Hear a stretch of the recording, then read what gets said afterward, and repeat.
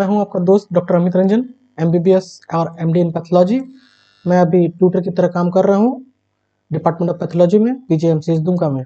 तो आज हम डिस्कस करेंगे हाइपरसेंसिटिविटी रिएक्शन।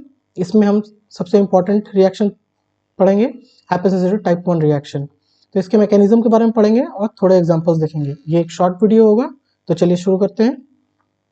सबसे पहले हमारे बॉडी के बाहर एक एंटीजन है, ठीक है। ये ग्रीन कलर का आपको एंटीजन दिख रहा है। ये एंटीजन जो है ये हमारे अभी बॉडी के बाहर है। अब ये एंटीजन हमारे बॉडी के अंदर आएगा। ये हमारे बॉडी के अंदर आ गया।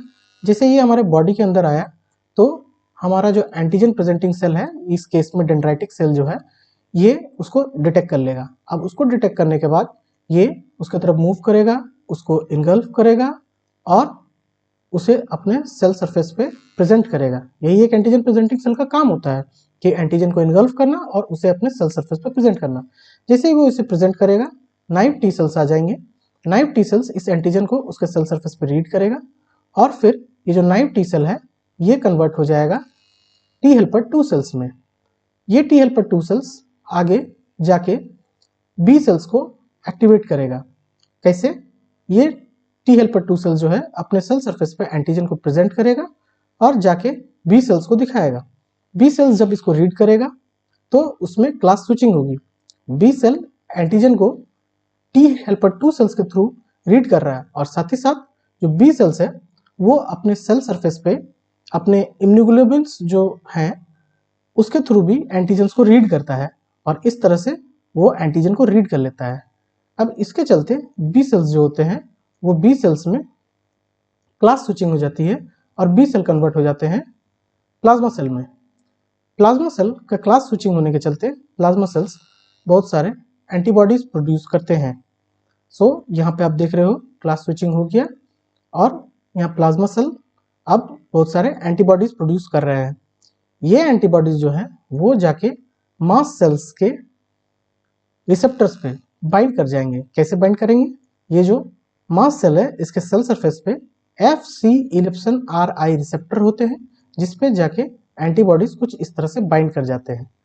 अब ये जैसे ही ये मास्ट सेल पे एंटीबॉडीज बाइंड कर गया, ये मास्ट सेल हो गया सेंसिटाइज्ड मास्ट सेल। अब ये जब सेंसिटाइज्ड मास्ट सेल जो है इसके कांटेक्ट में जब सेकंड एक्सपोजर ऑफ एंटीजन होगा या फिर सब्सिक्वेंट एक्सपोजर ऑफ एंटीजन होगा तब ये मास्ट सेल आगे एक्शन करेगा। तो क्या एक्शन करेगा? तो इस तरह से एंटीजन सेकंड एक्सपोजर पे या फिर सब्सिक्वेंट एक्सपोजर पे बाइंड कर गया इम्यूनोग्लोबुलिन्स के ऊपर जो कि बाउंड है मास्ट सेल के सेल सरफेस पे with the help of FC11RI receptors. अब इसके बाइंड करने के चलते activation of the mast cell हो जाएगा और रिलीज ऑफ मीडिएटर्स होगा। तो अब आगे पढ़ेंगे कि क्या क्या मीडिएटर्स रिलीज होते हैं जिसके चलते early and late phase of reaction of type 1 hypersensitivity reaction होता है। सो हम लोग आगे देखते हैं। अब ये आ गया हमारा सेंसिटाइज्ड मास्ट सेल। इसके ऊपर हमारा एंटीजन का एक्सपोजर हो चुका है। अब ये एंटीजन का एक्सपोजर होने के चलते ये early and late phase of reaction show करेगा। So here comes the antigen and it binds with FC11RI receptor of mast cell, जिसके चलते अर्ली फेज ऑफ रिएक्शन होगा। अर्ली फेज ऑफ रिएक्शन में कुछ ग्रैन्यूल्स होंगे जो मास्ट सेल में पहले से बने हुए हैं जिसके अंदर केमिकल्स हैं जो फटाफट रिलीज हो जाएंगे। ये केमिकल्स कौन कौन से हैं? ये डिग्रेनुलेशन के चलते क्या क्या केमिकल्स रिलीज हो रहे हैं? तो ग्रैन्यूल्स होंगे आपके, ग्रैन्यूल्स के जो कंटेंट्स होंगे वो होंगे हिस्टामिन और प्रोटीएज। उसके बाद ये जो रिएक्शन हुआ एंटीजन और ये FC11RI रिसेप्टर के साथ जो इंटरेक्शन हुआ मास्ट सेल के ऊपर, इसके चलते प्लाज्मा फॉस्फोलिपिड जो प्लाज्मा मेम्ब्रेन है उसके ऊपर फोस्फोलिपिडेज A2 एक्ट करेगा जिसके चलते वो टूट जाएगा एरेक्नोइक एसिड पे और PAF में। सो ये जो एरेक्नोइक एसिड है ये आगे बनाएगा prostaglandin D2 and ल्यूकोट्रिन B4, C4, D4।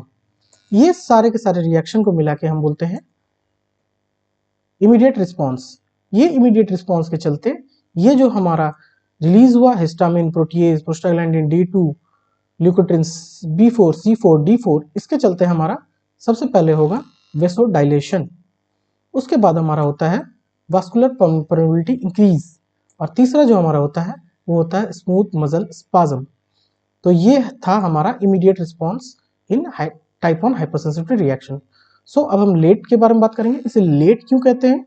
Late इसलिए बोलते हैं क्योंकि ये जो इंटरेक्शन हुआ एंटीजन और FC epsilon RI receptor of mast cell, इसके चलते जो सिग्नल्स पैदा हुए वो न्यूक्लियस पे एक्ट करेंगे, और फिर न्यूक्लियस जो है आगे कुछ साइटोकिन्स और कीमोकाइंस रिलीज करेगा। ये कीमोकाइंस और साइटोकिन्स रिस्पॉन्सिबल होते हैं लेट फेज रिएक्शन के लिए। और लेट फेज ऑफ रिएक्शन में तीन चीजें होती हैं। एक होता है ल्यूकोसाइट इन्फिल्ट्रेशन, आप देख सकते हो जो ल्यूकोसाइट है, न्यूट्रोफिल है, वो इन्फिल्ट्रेशन हो रहा है उसका उस टिश्यू में। दूसरा होता है एपिथेलियल डैमेज, जो एपिथेलियम का है उसका डैमेज होता है। और तीसरा होता है bronchospasm. So this is bronchospasm, as you can see in the video, it's bronchospasm. So in this way we can understand कि hypersensitivity type 1 reaction कैसे काम करता है। अब इसके हम कुछ एग्जांपल्स देख लेते हैं। एग्जांपल्स में होता है एलर्जिक राइनाइटिस, जिसे हे फीवर भी बोलते हैं, एस्थमा एलर्जिक हो या फिर एक्सटेंसिक एस्थमा हो, anaphylaxis, urticaria, एंजियोडीमा, food allergies, drug allergies, insect sting allergy, latex allergy, and atopic dermatitis, which is also known as eczema. So this is all about type 1 hypersensitivity reaction. मैं आपका दोस्त doctor Amit Ranjan, MBBS and MD in pathology. Thank you for watching this video. Please put a like and subscribe my channel. Thank you.